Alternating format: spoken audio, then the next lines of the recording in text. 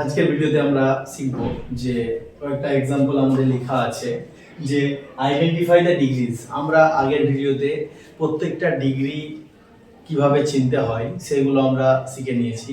Positive degree, comparative degree এবং superlative degree কিভাবে চিনতে হয় আমরা আগের ভিডিওতে শিখেছি, এবং আমরা এখানে আজকের যে ভিডিও সেই ভিডিওতে শুধুমাত্র কয়েকটা এক্সাম্পল দেব এবং এক্সাম্পলগুলো কোন ডিগ্রিতে আছে সেটা আমরা আইডেন্টিফাই করব।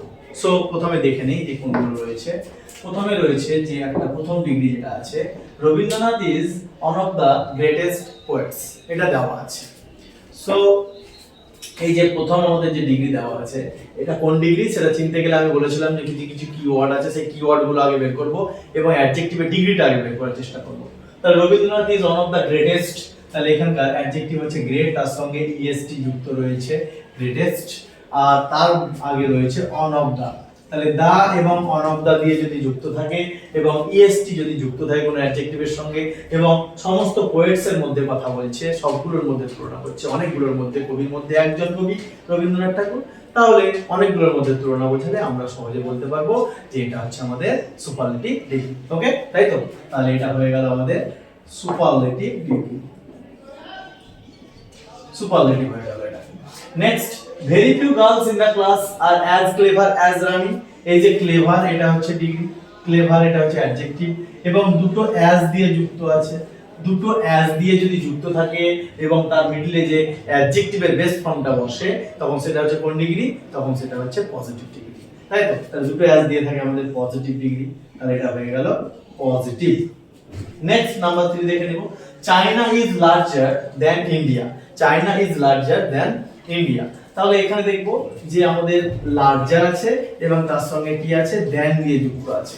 তাহলে লার্জার, লার্জের সঙ্গে ইয়ার বা আর যুক্ত আছে এবং দ্যান দিয়ে যুক্ত আছে, সেহেতু এটা আমরা সহজেই বলতে পারি যেটা আছে কম্পারেটিভ ডিগ্রি। তাহলে এটা হয়ে গেল কম্পারেটিভ ডিগ্রি, কম্পারেটিভ।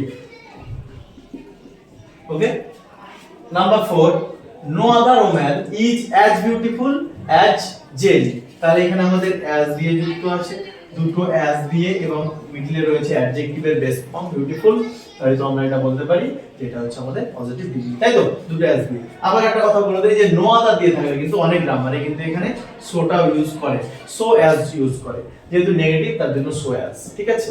কিন্তু এখন এই অ্যাজও ইউজ করা যায়, ঠিক আছে? তবে আমাদের যদি সঠিকভাবে করতে হয় তাহলে কিন্তু এখান থেকে নেগেটিভ যদি আছে সেন্টেন্সটা, তাহলে আমরা এখানে সো অ্যাজ ইউজ করব, তাহলে এটা পজিটিভ ডিগ্রি, পজিটিভ। নেক্সট আরেকটা আছে, Seema is the best housewife.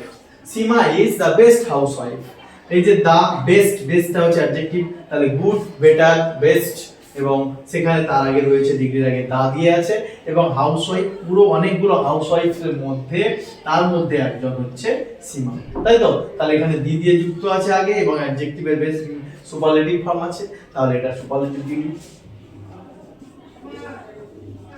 Superlative. তাহলে এইভাবে আমাদের যে যে কিওয়ার্ড গুলো আছে এবং কোন কোন জিনিসগুলো দেখে আমরা সহজেই বলতে পারবো যে এটা কোন ডিগ্রি। তাহলে আমাদের ডিগ্রি আমরা আইডেন্টিফাই করতে শিখে গেলাম।